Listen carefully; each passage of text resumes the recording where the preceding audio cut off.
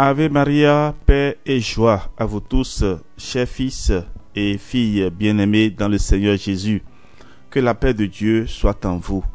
Nous demandons au Seigneur d'accorder la paix et la joie à nos familles. Que la paix descende dans le cœur de chacun de nous. Oui, frères et sœurs, nous allons pendant 7 jours aborder un thème qui certainement va vous aider dans votre vie de tous les jours. Les 7 grandes malédictions de la vie. Dans un premier temps, nous allons faire une introduction générale à tous les thèmes qui seront développés pendant ces 7 jours. Et à la fin de chaque thème abordé, il y aura une prière pour aider ceux qui en souffrent à trouver la guérison et la restauration. Nous allons vous demander également de faire un exercice de 40 jours. Une prière sera proposée et vous allez faire cette prière pendant 40 jours pour demander au Seigneur la guérison et la restauration. Demandons à l'Esprit Saint, au début de ce programme spirituel, de nous donner la force d'aller jusqu'au bout. Mais ce que je voudrais surtout vous demander, c'est de faire un examen de conscience. N'écoutez pas seulement ces enseignements. Vous pouvez prendre le temps de faire un examen de conscience. C'est-à-dire à partir de ce que vous allez entendre, vous allez prendre ça comme un test de méditation et refléter cela sur votre vie. Analysez votre vie pour voir si vous êtes concerné. Et si vous êtes concerné, vous prenez la décision de faire les 40 jours de prière pour demander au Seigneur la libération, la délivrance. Que l'Esprit Saint nous soit accordé. Le livre de Deutéronome, chapitre 28, versets 15 à 68, nous parle des malédictions de la loi, à savoir la stérilité et les problèmes de reproduction, les maladies héréditaires, chroniques et mortelles, la folie et les problèmes mentaux, le célibat imposé, la pauvreté, les problèmes financiers et le chômage, le vagabondage et les échecs, et les morts prématurées ou bizarres. Ce sont les 7 grandes malédictions de la vie. Dans la vie, d'une façon ou d'une autre, nous, en tant qu'êtres humains, nous affrontons les 7 défis majeurs ci-dessus. Certains les considèrent comme des malédictions divines, alors que d'autres, moins fatalistes, les apprécieront comme des facteurs passagers pour peu qu'on adopte des comportements positifs pour mieux les contrôler. Par nos efforts continus et par la grâce du Seigneur Jésus-Christ, nous pouvons les résoudre. La malédiction agit souvent comme dans un cycle. On peut définir un cycle comme un intervalle de temps dans lequel des situations ou des phénomènes répétés sont accomplis. Une maladie ou une série de situations ou des opérations qui viennent régulièrement et parfois peuvent être amenées à se répéter. Une personne sous influence des malédictions a toujours l'impression de retourner au point de départ.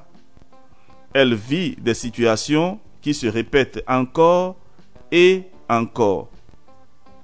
Une malédiction demeure toujours un cycle dans la vie d'un individu, d'une famille ou d'une nation. Si le cercle n'est pas brisé, la malédiction va toujours se répéter encore et encore. vous devez demander au Seigneur de vous délivrer des liens cycliques.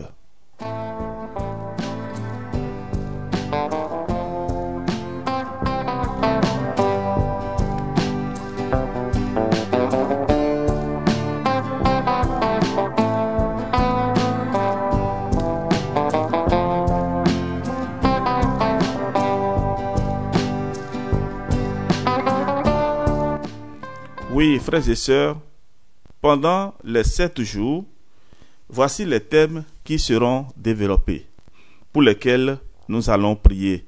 Et nous allons offrir également une prière que vous allez faire pour ceux qui sont concernés. Nous allons parler de la stérilité. La stérilité dans la Bible. Que faire en cas de stérilité du couple? La patience et le soutien du mari, par exemple, ce sont des exemples que nous allons donner. Et maintenant, une prière pour la fécondité du couple. Deuxième jour, nous aurons à parler, ça c'est le 9 décembre, nous parlerons des maladies héréditaires, chroniques et mortelles. Les maladies héréditaires, chroniques et mortelles. Troisième jour, nous parlerons de la folie et les problèmes mentaux. Quatrième jour, le célibat imposé. Cinquième jour, la pauvreté et la famine. Sixième jour, les morts prématurées ou les morts bizarres.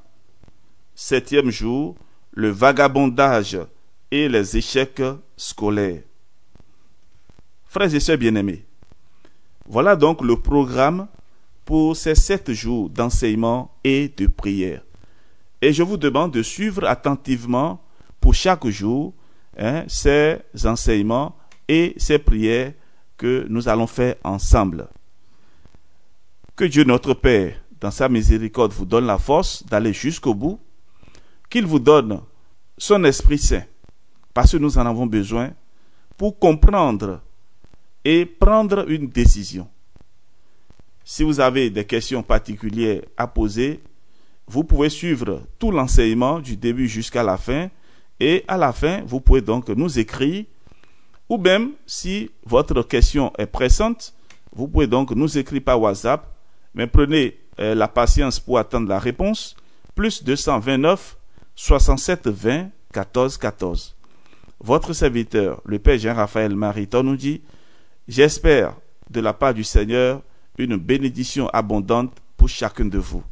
Nous allons commencer le cheminement et je demande déjà à chacun de vous, pendant les 7 jours, vous pouvez jeûner comme vous voulez, vous pouvez choisir le temps et surtout réciter le Saint-Rosaire pendant la journée pour mieux accueillir l'enseignement et surtout pour que la prière puisse monter convenablement vers Dieu notre Père, vers Jésus-Christ notre Sauveur, et que l'Esprit Saint nous y aide. Que la paix de Dieu règne en vous. Disposons-nous pour suivre attentivement ces 7 jours de prière.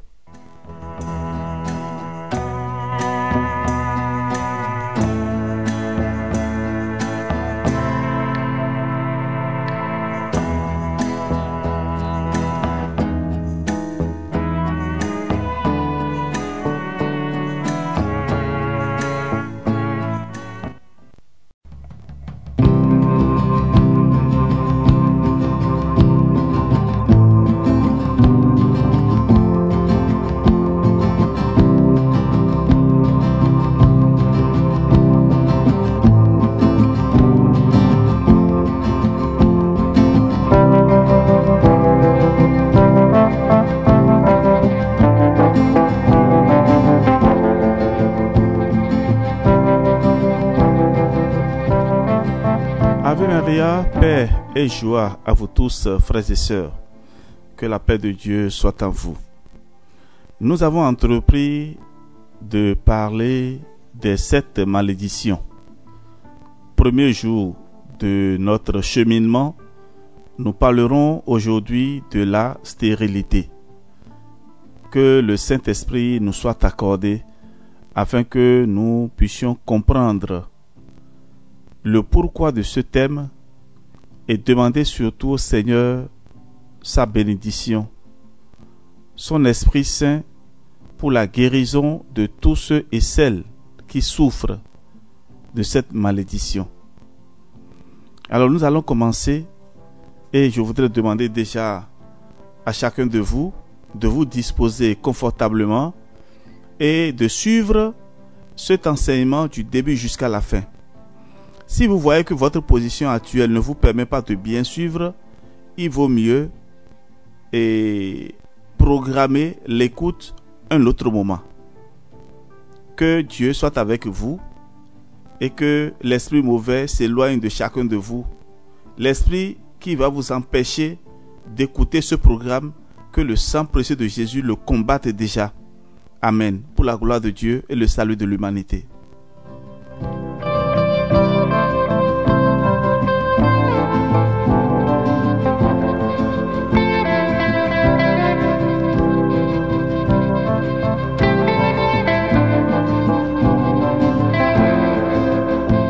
Frères et sœurs bien-aimés, le premier signe d'une malédiction est le problème de la stérilité. Cette malédiction affecte les organes de reproduction et les signes de cette stérilité sont entre autres les fausses couches ou toute mort à la naissance de l'enfant. Dans un premier temps, nous allons parler de la stérilité dans la Bible et que faire en cas de stérilité du couple et à la fin proposer une prière. Dès le début de la création, la première bénédiction que Dieu a prononcée sur l'homme et la femme est « Soyez féconds ». Genèse 1, verset 28. On peut donc dire que dans les Écritures, la stérilité apparaît comme une malédiction. Jérémie formule ce vœu: que leurs femmes deviennent stériles et veuves. Jérémie 18, verset 21. Et Osée demande à Dieu: donne-leur des entrailles stériles et des seins desséchés. Osée chapitre 9, verset 14. La stérilité est une punition divine, comme par exemple lorsque le Seigneur avait complètement fermé toutes les matrices dans la maison d'Abimélec à cause de Sarah, la femme d'Abraham. Vous pouvez lire Genèse 20, verset 18. Alors, frères et sœurs, je marque une pause rapide et pour vous dire d'écrire les versets bibliques que je suis en train de donner. Donc, je donne la justification biblique de la pensée qui précède. Vous pouvez écrire ces versets bibliques et ensuite, vous pouvez donc lire et approfondir le contexte. Alors, si arrivé à un moment donné, quelque chose vous paraît moins clair, il faut faire une pause et réécouter si possible. Alors, je le disais au début, il serait bien d'écouter cet enseignement du début jusqu'à la fin pour ne pas faire de confusion dans la tête. Ici, nous sommes dans une argumentation de thèse, antithèse et la synthèse et la conclusion. Donc il faudra faire bien attention parce que nous partons d'abord du fondement biblique et nous venons dans la réalité pour demander maintenant la grâce au Seigneur.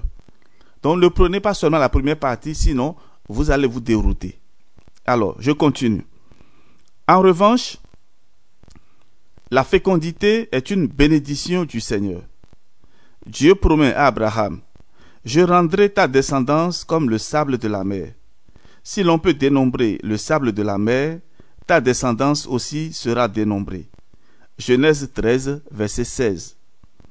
À Isaac, Dieu fait la même promesse: je multiplierai ta descendance comme les étoiles du ciel, et je donnerai à ta descendance toute cette terre. Genèse 26, verset 4.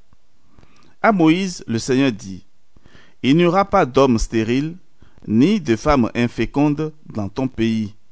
Exode 23, verset 26. Et Moïse dit à Israël au nom de Dieu: tu seras béni plus que toutes les nations. Il n'y aura chez vous ni mâle sans descendance, ni femelle stérile. Deutéronome 7, verset 14. Toutefois, dans la même Bible, les enfants qui naissent des parents stériles ont souvent été des hommes choisis par Dieu pour accomplir ses projets. Ils ont un destin exceptionnel et viennent pour accomplir une mission qui leur est confiée par le Seigneur. Dieu accorde aux femmes stériles la grâce d'enfanter en fonction d'un projet pour son peuple, et non seulement pour consoler un drame personnel.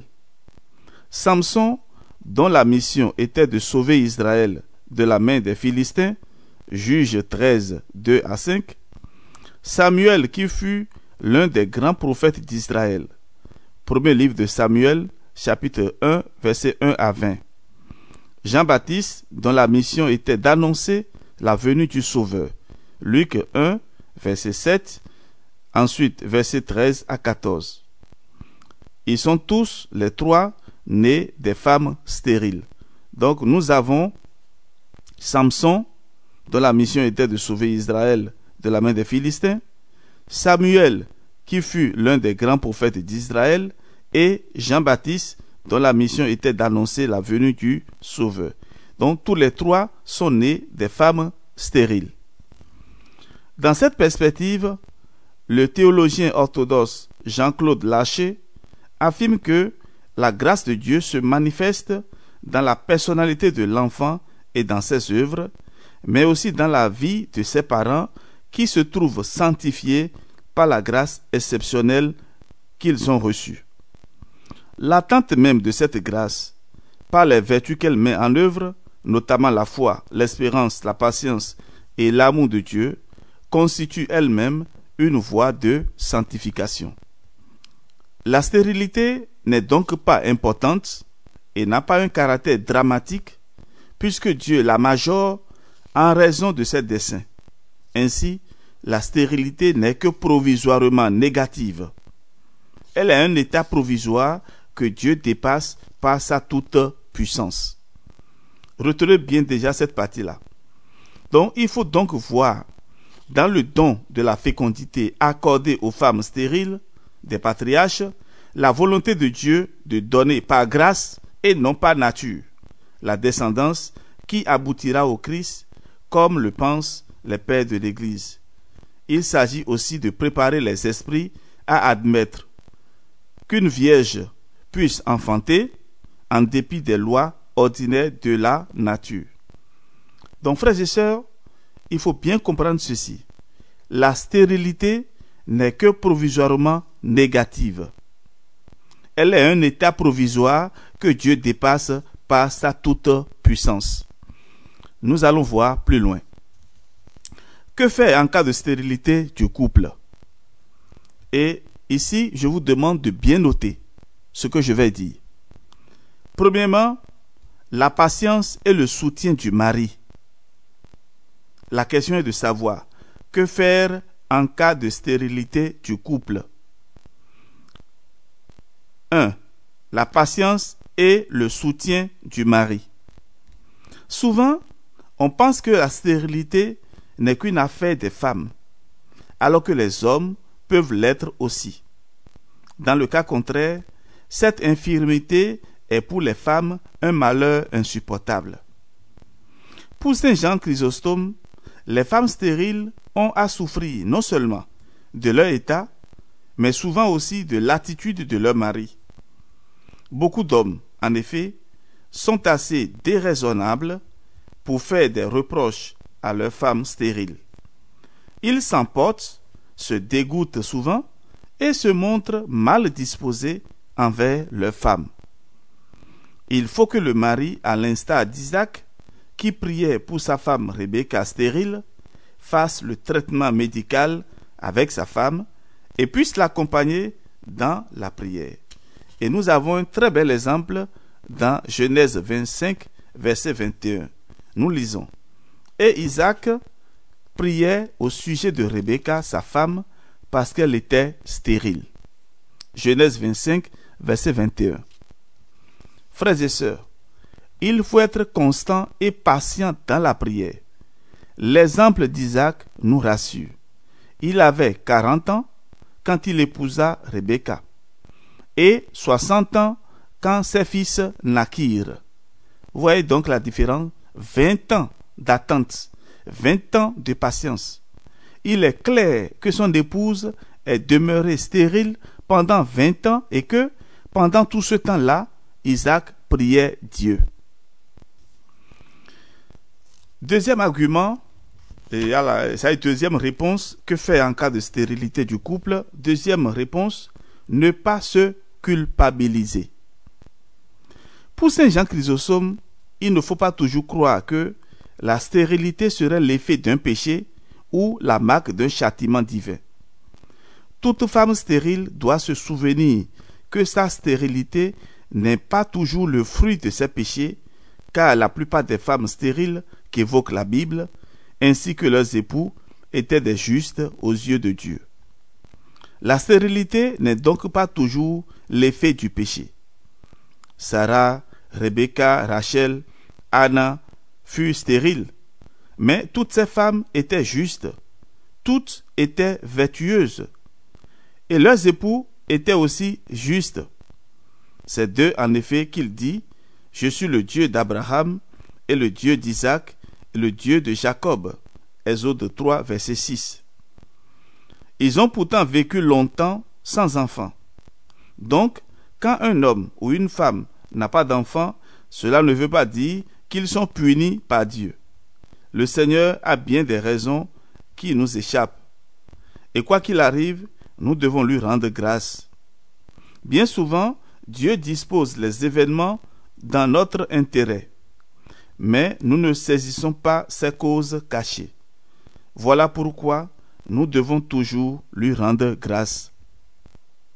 Il s'agit ici des tentatives du diable de faire croire à la femme stérile qu'elle est punie par Dieu à cause de sa vie passée. Par la confession sacramentelle de ses péchés, surtout ceux d'avortement, le Seigneur délivre toute femme de la culpabilité et la déclare innocente et agréable à lui. Ainsi, aucun avortement passé, aucun usage de drogue ou d'alcool, aucune erreur commise dans sa vie passée ne l'empêchera de recevoir la bénédiction de Dieu dans sa vie. Avant d'aborder la troisième réponse à notre question, que faire en cas de stérilité du couple, je voudrais faire remarquer ceci. Ce n'est pas parce que tu es stérile aujourd'hui que tu vas attribuer nécessairement la cause à tes péchés du passé. Le Seigneur peut se servir de ta stérilité pour une mission plus grande. Le Seigneur peut te confier une mission à travers donc la stérilité. Alors, qu'est-ce que je voudrais aussi dire par là? Lorsque tu sais que tu as péché, il faut d'abord avoir confiance en la miséricorde de Dieu. C'est la première étape. C'est-à-dire, être convaincu que Dieu va me pardonner. Être convaincu que Dieu est mon Père et que si je regrette vraiment mes péchés, je m'approche du confessionnal, je vais recevoir sa miséricorde. Parce que la plupart d'entre nous, lorsque nous voulons nous confesser, nous n'avons pas cet abandon, cette confiance. On va à la confession comme un devoir, mais là ce n'est pas bon. Ah, puisque l'Église a demandé de se confesser lorsqu'on a commis de péchés mortels, alors je m'en vais. Non. Est-ce que tu as vraiment regretté tes péchés? Est-ce que tu crois à la miséricorde de Dieu? C'est la première démarche. Regardez par exemple dans Luc chapitre 15, le fils prodigue dont on parle si souvent. L'enfant entre en lui-même et il dit: combien d'ouvriers dans la maison de mon père ont à manger? Voilà que ici, moi, je meurs de faim. Je demande même à manger ce qu'on donne aux porcs et personne ne me donne, même ces derniers. Alors il entre en lui-même et il dit: je retournerai vers mon père et je vais me confesser. Ça, c'est la première démarche. Donc il a regretté. Ce n'est pas que, bon voilà, et on m'a dit d'aller me confesser, donc je me lève, je m'en vais me confesser. Il faut d'abord faire cet acte de confiance et de foi. C'est très important. Parce qu'il y a plusieurs de nos sœurs qui parfois se plaignent en disant « Oh, c'est quoi au fait? Et c'est vrai, j'ai péché, je me suis confessé comme c'est demandé et c'est fini. » Comme si, pour le fait que tu allais te confesser, donc, Dieu là, il doit en même temps te donner les enfants dont tu désires. Ou bien, Dieu en même temps va te donner ce dont tu as besoin. Non. Est-ce que tu as vraiment regretté? Est-ce que tu as vraiment confiance en Dieu? Comment s'est passée ta confession? Donc, c'était une parenthèse pour aider chacun de nous à comprendre le bien fondé de ce que je suis en train de dire. Alors, troisième réponse, que faire en cas de stérilité du couple? Prier avec foi. Il faut souligner le pouvoir de la foi et de la prière pour obtenir de Dieu la guérison de la stérilité et la possibilité d'enfanter. Grand est le pouvoir de la prière. Frères et sœurs, n'oubliez pas cela. Dieu seul peut ouvrir le sein stérile. Nous lisons dans le livre de l'Ecclésiaste, chapitre 11, verset 5, ceci. Comme tu ne sais pas quel est le chemin du vent, ni comment se forment les os dans le ventre de la femme enceinte, tu ne connais pas non plus l'œuvre de Dieu qui fait tout. Vous avez compris? Tandis que certains couples recourent à des moyens légaux, comme la prise des médicaments ou des tisanes pour avoir un enfant, d'autres couples, par contre, se laissent séduire par des pratiques gravement déshonnêtes, comme les techniques qui provoquent une dissociation des parentés, par l'intervention d'une personne étrangère au couple. Ici, nous parlons de don de sperme et le prêt d'utérus.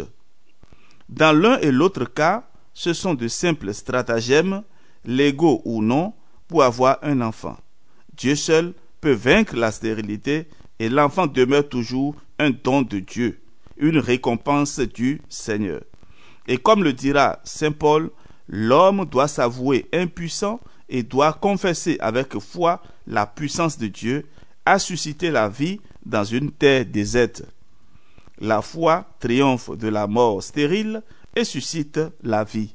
Lettre de saint Paul aux Romains, chapitre 4, versets 18 à 24. Frères et sœurs, je voudrais m'arrêter là un instant.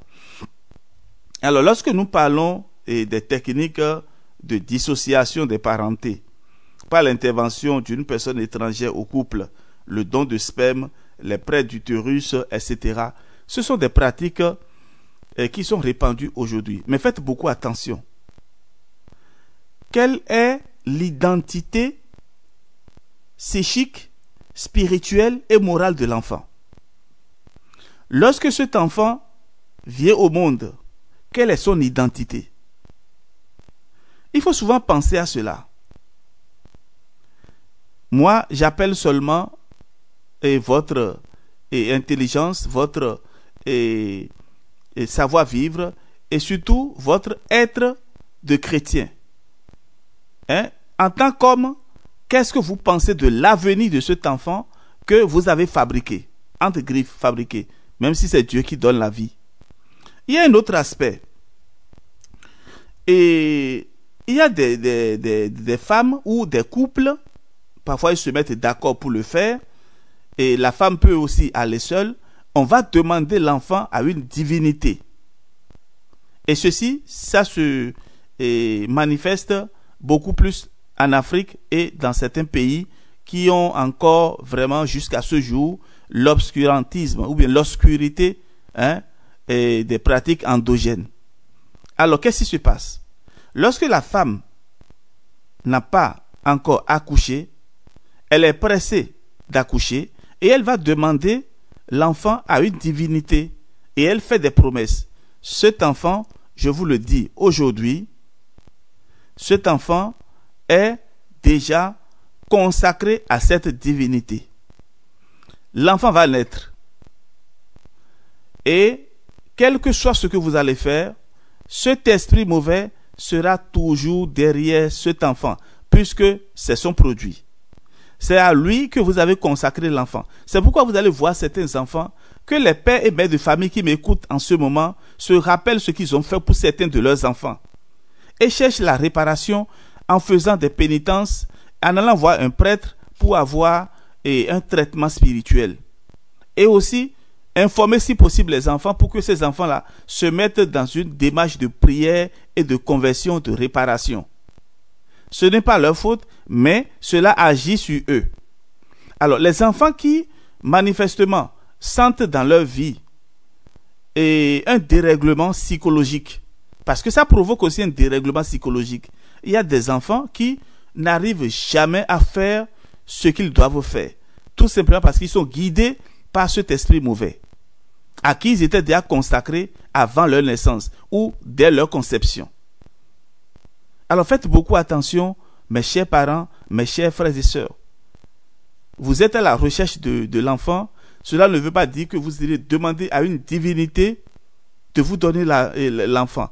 Et vous faites parfois des promesses que si l'enfant arrive, je donnerai ceci à la divinité. Et il arrive que ce que vous donnez, ça peut ne pas plaire à la divinité. Sachez ceci, chers frères et sœurs, Satan a été toujours exigeant. Ce que vous lui donnez là, ça ne le suffit jamais. Donc si tu vas lui demander d'avoir un enfant et qu'il provoque par des phénomènes qui lui sont propres, il te provoque une maternité, tu accouches, sache que cet enfant-là lui appartient. Sache que cet enfant-là lui appartient. Il va tourmenter cet enfant-là de sa naissance jusqu'à sa mort. À moins qu'il y ait la grâce divine qui agit. Et là, il faut une démarche de conversion, une démarche de conversion et de prière, de foi. Ce n'est pas facile. Donc, ceux qui sont tentés d'aller demander de l'enfant à des marabouts, à des féticheurs ou à des soi-disant guérisseurs traditionnels, faites beaucoup attention, n'allez pas. Vous allez accoucher des enfants consacrés déjà à Lucifer. Et cet enfant-là, la plupart du temps, ces enfants, la plupart du temps, n'ont pas une vie stable. Il y a beaucoup d'enfants qui souffrent aujourd'hui. Je m'arrête là. Alors donc, on parlait donc de prier avec foi. Saint Jean Chrysostome fait part de sa conviction que la naissance des enfants a son principe premier dans la providence de Dieu et que ni la constitution de la femme, ni ses relations avec son époux, ni rien de pareil ne suffisent pour la rendre mère. Je vous relis cette pensée de Saint Jean Chrysostome. Il dit ceci: la naissance des enfants a son principe premier dans la providence de Dieu. C'est-à-dire que c'est Dieu qui donne l'enfant. Et que ni la constitution de la femme, ni ses relations avec son époux, ni rien de pareil ne suffisent pour la rendre mère. Ici, je voulais vous donner le témoignage d'une femme. Et elle était seule et elle voulait profiter un peu. Et vous comprenez déjà ce que je dis. Donc c'est une femme qui vivait seule et qui avait des enfants à charge, abandonnés par son mari. Et elle voulait se satisfaire avec un homme qui lui donnait un coup de main. Et ils ont utilisé de préservatifs. Qu'est-ce qui est arrivé? Elle est tombée enceinte. Et cet enfant-là, moi je connais cet enfant-là, puisque j'ai baptisé cet enfant-là. Et la maman même m'a raconté l'histoire. Frères et sœurs, vous pouvez faire vos calculs. Si Dieu dit que tu vas accoucher, tu vas accoucher. Tu peux faire tous tes calculs et faire tous les désordres de la vie. Si Dieu dit que toi, tu vas tomber enceinte, tu vas tomber enceinte. Donc cela ne dépend pas de nos raisonnements. Dieu va te donner l'enfant là, au moment où tu ne t'attends même pas. Donc je donne déjà cet avis à ces jeunes filles qui se promènent de garçon en garçon et qui parfois livrent leur vie au vagabondage. Soyez rassurés d'une chose, vous pouvez prendre toutes les dispositions que vous voulez. Si Dieu vous donne l'enfant, malheur à vous si vous avortez cet enfant, parce que Dieu a un plan sur chaque enfant qui arrive dans la vie. Si tu ne le savais pas, c'est encore compréhensible. Mais maintenant que tu le sais, en écoutant cet enseignement, pardon, quel que soit ce que tu fais, dès que tu sens que tu es enceinte, remercie le Seigneur. Parce qu'il y a des femmes qui cherchent d'enfants et qui n'ont pas trouvé jusqu'à aujourd'hui. Dieu est passé certainement par toi pour nous donner un sauveur dans le monde. Un médecin, un prêtre, un évêque ou un gancade, un scientifique, tu ne sais pas encore. Peut-être encore, c'est le seul enfant que tu auras dans ta vie, tu ne sais pas. Alors, à travers le drame de la stérilité, on peut donc comprendre que tout enfant est un don de Dieu et que son existence répond à sa volonté. La stérilité ne peut être guérie que par la grâce de Dieu. Ainsi, la bonne nouvelle pour tout couple stérile, c'est la grâce de la fécondité par la puissance vivifiante du Saint-Esprit. Aucune maladie ne peut empêcher Dieu d'accomplir sa volonté. Aucun sorcier, aucune raison médicale ne peut résister au pouvoir de la foi. Mettez la foi au-dessus de votre réalité actuelle. Les verdicts médicaux ne sont pas faux en soi, mais comparés à la puissance de Dieu, ils ne tiennent plus. Ici, comprenez qu'il y a des médecins qui ont déclaré et certains patients en leur disant qu'il leur reste 2 ou 3 mois pour mourir. Ils ont vécu 5 ans. Et donc, si tu fais confiance en ton Dieu, Dieu défie tout ce qu'il a créé lui-même.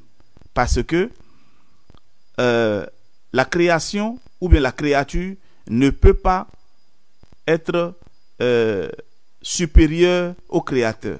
Donc Dieu est capable de modifier ce qu'il a créé. Et donc cela veut dire que tes entrailles ne sont pas fermées à la grâce de Dieu. Alors, je continue. Et 4e réponse, que faire en cas de stérilité? Il faut accepter la fécondité spirituelle. Et là, frères et sœurs, je voudrais que nous prenions une pause et je vais revenir là-dessus posément.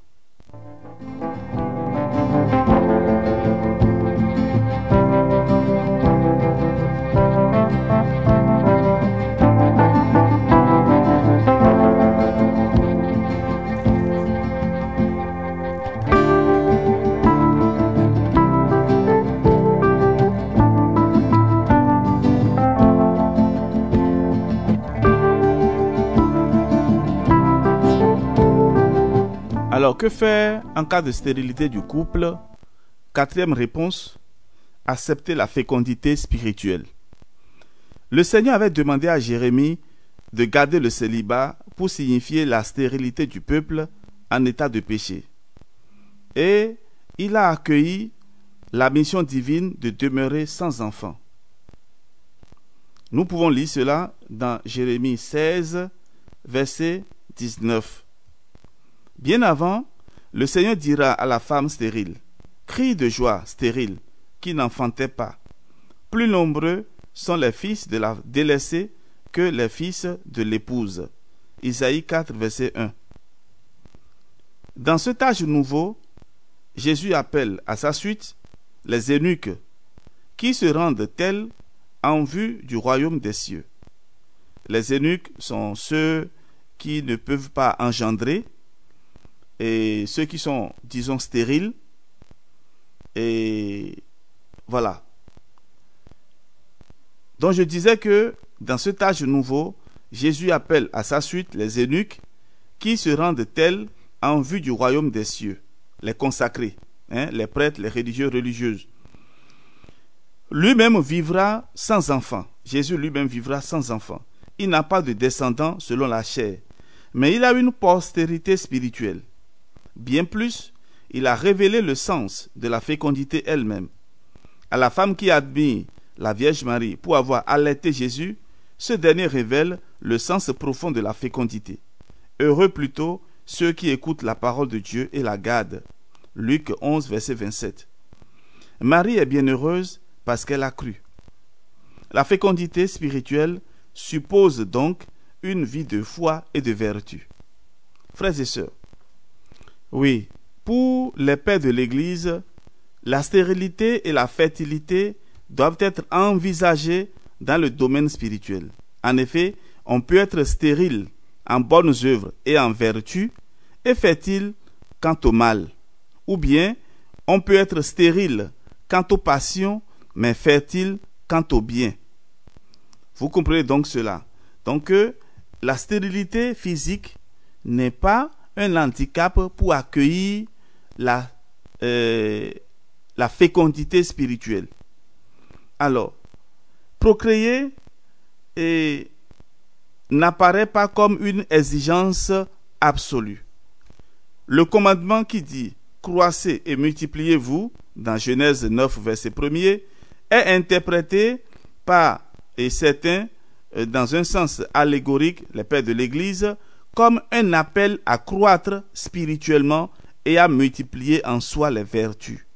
Ainsi, la procréation n'est plus la justification unique du mariage, ni même comme sa raison d'être principale.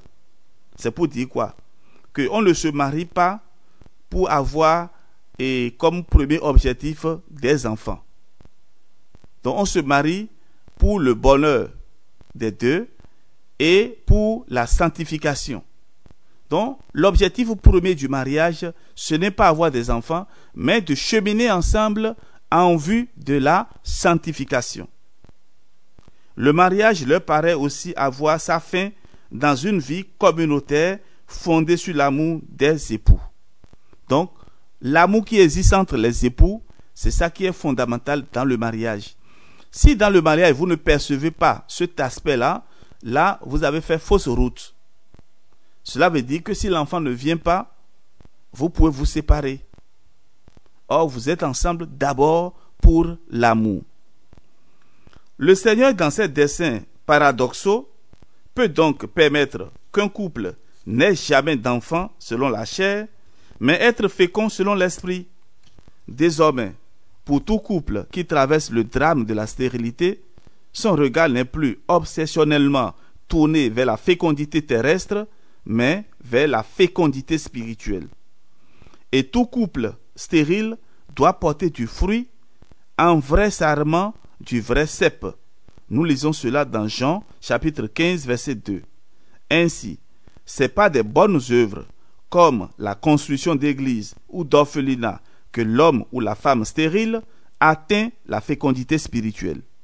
La stérilité, considérée comme une malédiction, devient en ce moment une bénédiction. Frères et sœurs, notons enfin que la maternité et la paternité spirituelle sont supérieures à la maternité et à la paternité biologique, ce que Saint Jean Chrysostome ne cesse de répéter. Nous citons: si tu souhaites avoir des enfants, il en est de bien meilleurs, de bien plus souhaitables, dont il ne tient qu'à toi d'être le père, maintenant qu'il existe des gestations spirituelles, des enfantements d'un ordre supérieur. Fin de citation. C'était Saint Jean Chrysostome. Alors, frères et sœurs, j'ai ici le témoignage d'un père exorciste. Il dit ceci: il y a 7 ans, à la fin d'une prière pour les malades, dans un petit groupe, au moment où je voulais terminer par un autre père, voici qu'une femme s'est mise à crier et à se tordre au sol. Alors je me suis mis à dire une prière en sa faveur. À la fin de cette intercession, elle retrouva son calme. J'ai demandé à m'entretenir avec elle. Cette dernière m'a dit qu'elle s'est mariée à 25 ans et qu'elle est demeurée stérile depuis déjà 20 ans. J'ai demandé au Seigneur de l'aider. Voilà qu'une parole de connaissance a surgi dans le plus profond de mon cœur. Cette parole me disait qu'elle n'était pas la seule à souffrir de cette stérilité, mais aussi ses 2 sœurs. La dame me confirma cette parole. J'ai donc demandé au Seigneur la cause de cette stérilité. Il m'a dit qu'il s'agissait d'un esprit maléfique qui opérait dans cette famille à cause de leur mère qui avait eu l'habitude d'avorter dans sa jeunesse. Nous avons prié pour implorer la miséricorde du Christ pour le péché de la mère et avons expulsé cet esprit qui a profité de cette porte d'entrée. En moins de 2 ans, la femme et ses 2 sœurs ont toutes mis au monde. Alléluia, pour la gloire de Dieu. Frères et sœurs, je voudrais vous dire ceci. et c'est la conclusion avec ce témoignage-là, qu'il y a certains péchés que nos parents commettent souvent.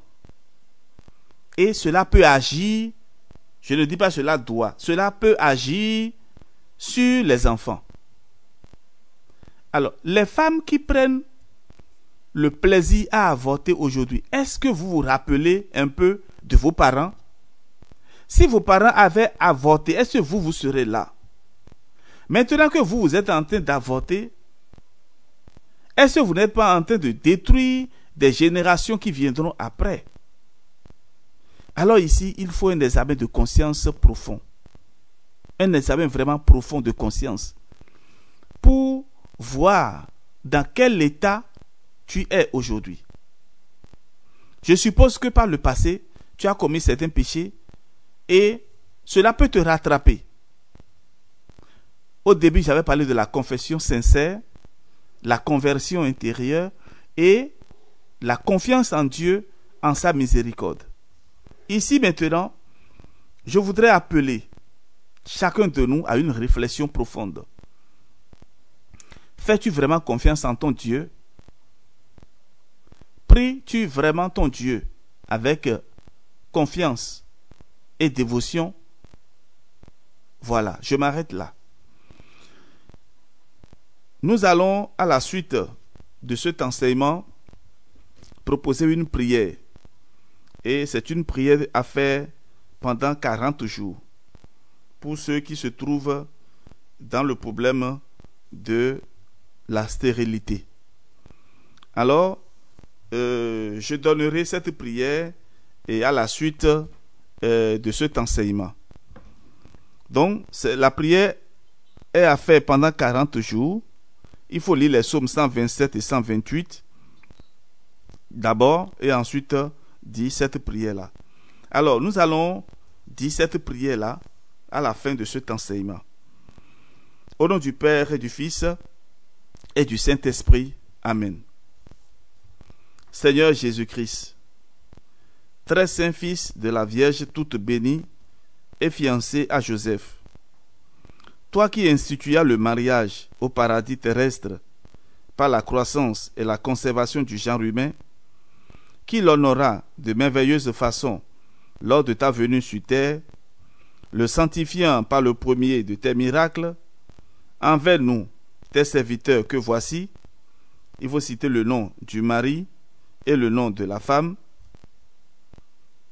envers nous, tes serviteurs que voici, que tu as unis, montre ta bienveillance, avec le secours de ta mère, la Vierge toute bénie, et l'intercession de tous les saints.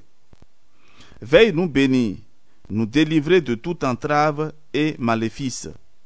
Accorde-nous la grâce de procréer, afin que nous puissions réaliser pleinement notre mariage et rendre fructueuse notre union, en faisant naître et élevant notre progéniture pour ta gloire et ta louange. Exauce-nous, Dieu de miséricorde et Seigneur Tout-Puissant, avec compassion, et souviens-toi de l'ordre que tu as donné au sujet de la multiplication du genre humain. Montre-toi miséricordieux, afin qu'avec ton aide soient gardés ceux qui par toi furent unis. C'est pourquoi, dans la tendresse de ton cœur, abaisse ton regard sur nous, tes serviteurs. Vous donnez le nom de l'homme et de la femme.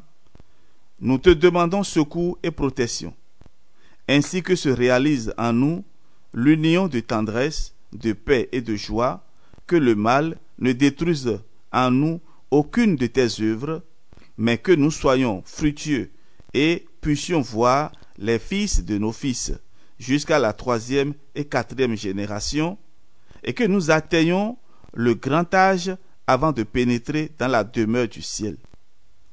Seigneur Jésus-Christ, Fils du Dieu vivant, qui a rendu fertile de merveilleuse façon le sein de ta mère, la très sainte Vierge Marie, afin que par l'Esprit Saint, elle te conçoive, enfante et nourrisse, toi notre Dieu et Sauveur, nous t'en prions Seigneur.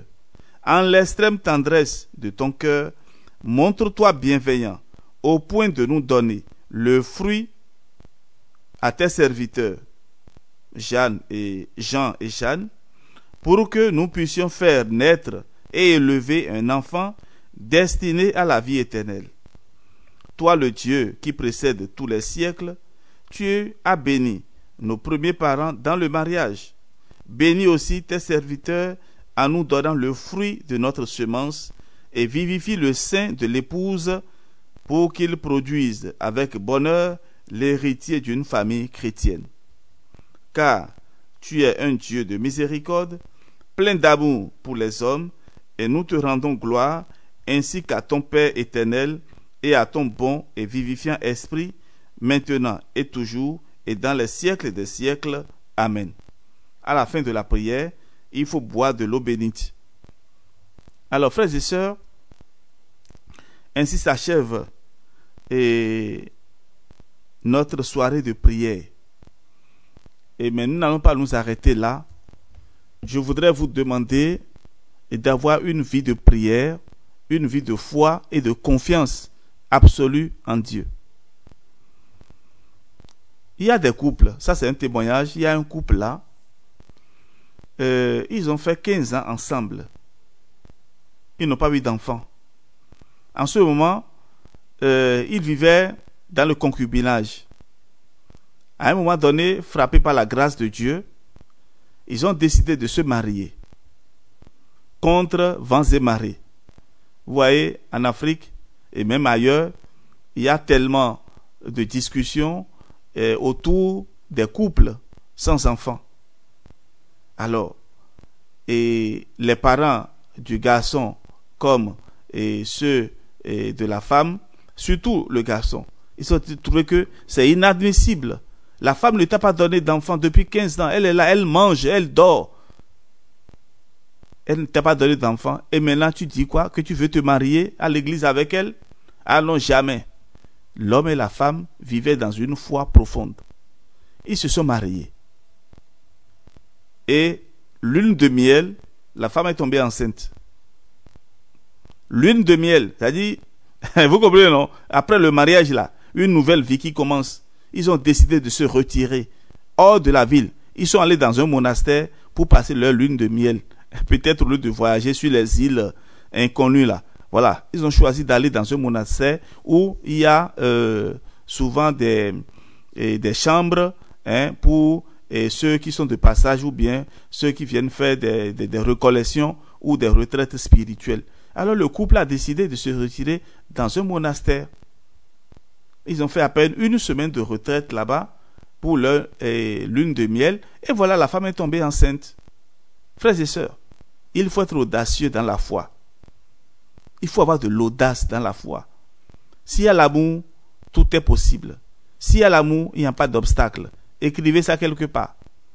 Alors, resserrez donc les liens et vous allez vous rendre compte que le chemin que vous avez fait jusqu'ici n'a pas été un chemin au hasard. Dieu vous a conduit. Et parfois, si le couple est stérile, Dieu attend quelque chose de vous. Dieu attend de vous un témoignage. Le dernier témoignage que je voudrais donner, permettez-le moi, c'est un couple ami que je connais très bien. Ils ont fait 25 ans ensemble, ils n'ont pas eu d'enfants. Ils ont choisi alors de vivre leur vie comme ça, comme frères et sœurs. Et ils sont restés comme ça ensemble.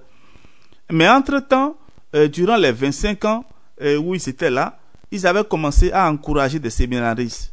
Donc, ils avaient beaucoup de fils spirituels qui étaient des séminaristes. Vous savez que le jour où ils devaient fêter 50 ans de vie commune, ils avaient plus de 50 prêtres à leur côté.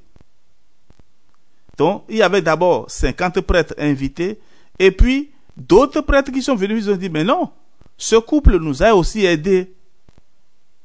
Vous voyez, ça a été vraiment une merveille. Une merveille. Alors, ne dites pas que, oui, ça c'est pour eux. Non, le Seigneur peut te donner aussi. Si le Seigneur a fait naître un enfant dans le sein des femmes stériles, je pense que si tu fais confiance au Seigneur, il te donnera aussi ton enfant. Alors, frères et sœurs, et conseil spirituel pour finir. Quand Jésus est né d'une vierge, c'est pour nous montrer qu'il peut nous délivrer de la malédiction de la stérilité et des problèmes de reproduction. Voilà donc ma conclusion. Alors aujourd'hui, nous avons traité de la stérilité. Et après une définition, nous avons parlé de la stérilité dans la Bible et nous avons parlé des malédictions et dont on parle, et aussi que faire en cas de stérilité du couple. Nous avons proposé 4 solutions. D'abord, la patience et le soutien du mari. Donc ce n'est pas seulement la femme qui est coupable, la femme a besoin aussi du soutien de son mari pour retrouver la maternité. Deuxième conseil, ne pas se culpabiliser. Troisième conseil, prier avec foi et détermination, conviction et confiance absolue en Dieu. Et quatrième conseil, accepter la fécondité spirituelle. Lorsque vous avez tout essayé et que vous voyez que non, désormais là, ce n'est plus possible, il faut penser à la fécondité spirituelle, c'est-à-dire l'adoption. Aller au secours des orphelins, aider l'Église dans sa marche missionnaire, dans ses constructions, en vue d'étendre le règne de Dieu sur la terre. Et vous gagnerez beaucoup en consacrant votre vie aux œuvres de l'Église. Frères et sœurs, donc la prière pour la fécondité du couple, c'est à dire pendant 40 jours. Mais avant, au début, mettez-vous d'abord dans la condition de quelqu'un qui veut prier. C'est-à-dire la louange au Seigneur. Il faut louer le Seigneur. Demander l'Esprit Saint qui va nous aider à reconnaître nos péchés. Demander pardon au Seigneur pour nos péchés. Ensuite,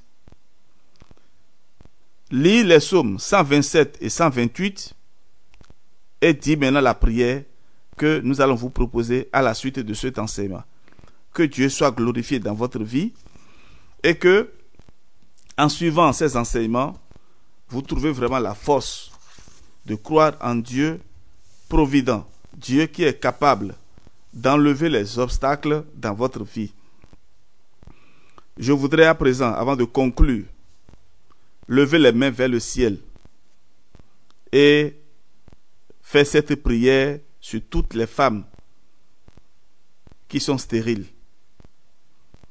Seigneur Dieu, notre Père, moi, ton serviteur, frère Jean-Raphaël Marie, tu m'as choisi du milieu du monde et faire de moi un prêtre, un médiateur entre toi et ton peuple. Je lève les mains au ciel maintenant et j'implore ta bénédiction. Je demande humblement ta bénédiction sur toutes les femmes stériles, les femmes qui n'ont pas encore connu la grâce de la maternité, les femmes qui ont aussi avorté et qui aujourd'hui souffrent. Seigneur, accorde ta miséricorde. Tu nous as dit dans ta parole, là où 2 ou 3 sont réunis en ton nom, tu es là au milieu d'eux. Tu nous as dit également dans Matthieu 7:7, demandez et vous recevrez.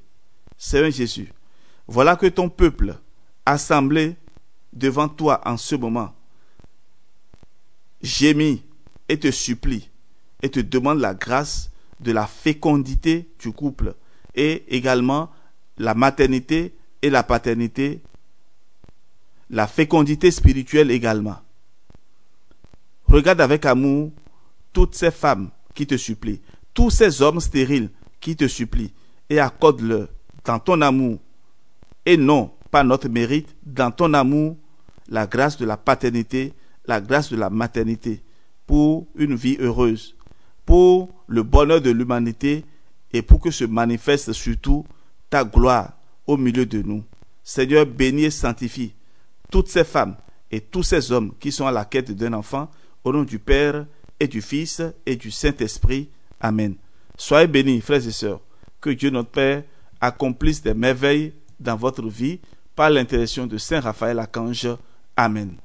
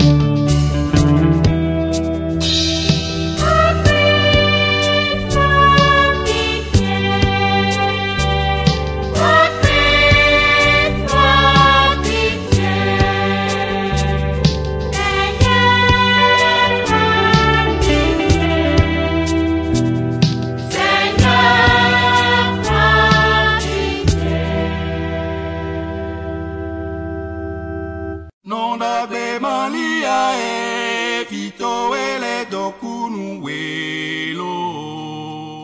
Afosi nonabe, Maria miwa dogbewe. Nonabe Maria vitowele dokunu welo. Afosi nonabe, Maria miwa dogbewe. O Jésus na kuwa. Alotwemewe somido. Ina kuwa. Alotwemewe somido. Manofe lukumi utebe. Molonde wani yitwe emino dade. Afosi nonabe, Maria miwa dogbewe. O Jésus na kuwa. Alotwemewe somido.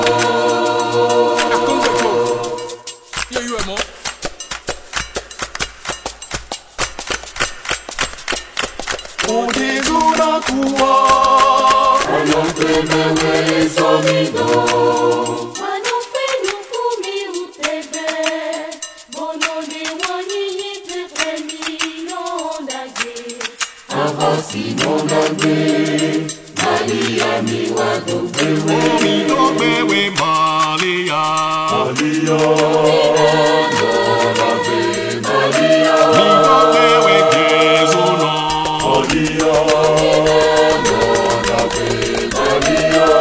Vitowele Maria.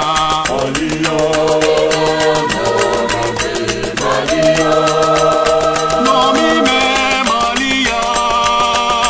Susuje hawelo.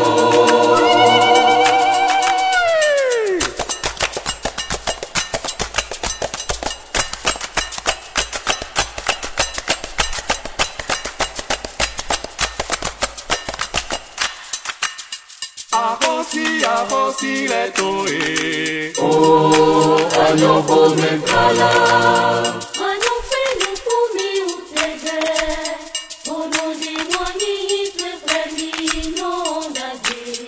Afosi nonabe, Maria miwa dogbewe. Vitowele Maria. Vitowele Jésus no. Vitowele Maria.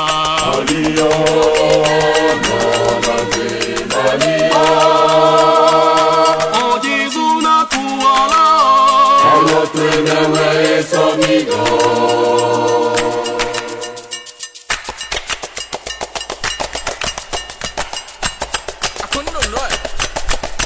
Ina kuwa. Alotwemewe somido. Manofe lukumi utebe. Molonde wani yitwe emino dade. Afosi nonabe, Maria miwa dogbewe. Vitowele Maria. Vitowele Jésus no. Vitowele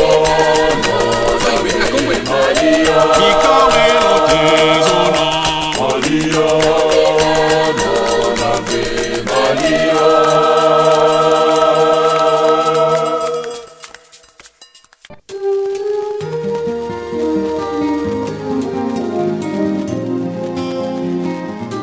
Si tu es abattu, ma soeur, regarde à Jésus.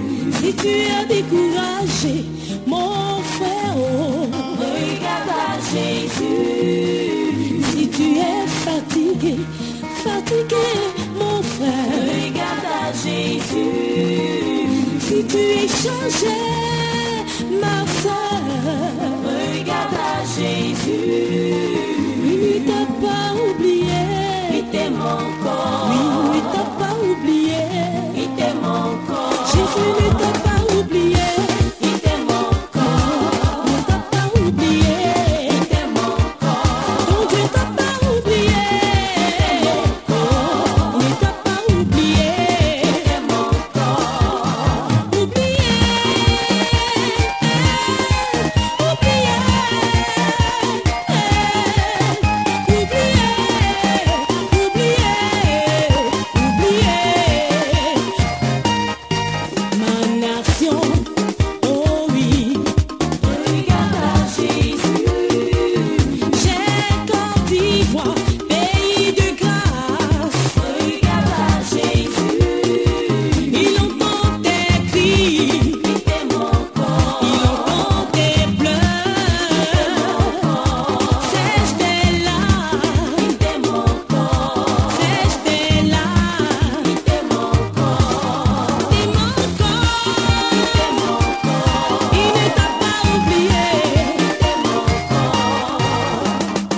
est écrit à Ésaïe 49, verset 15 à 16.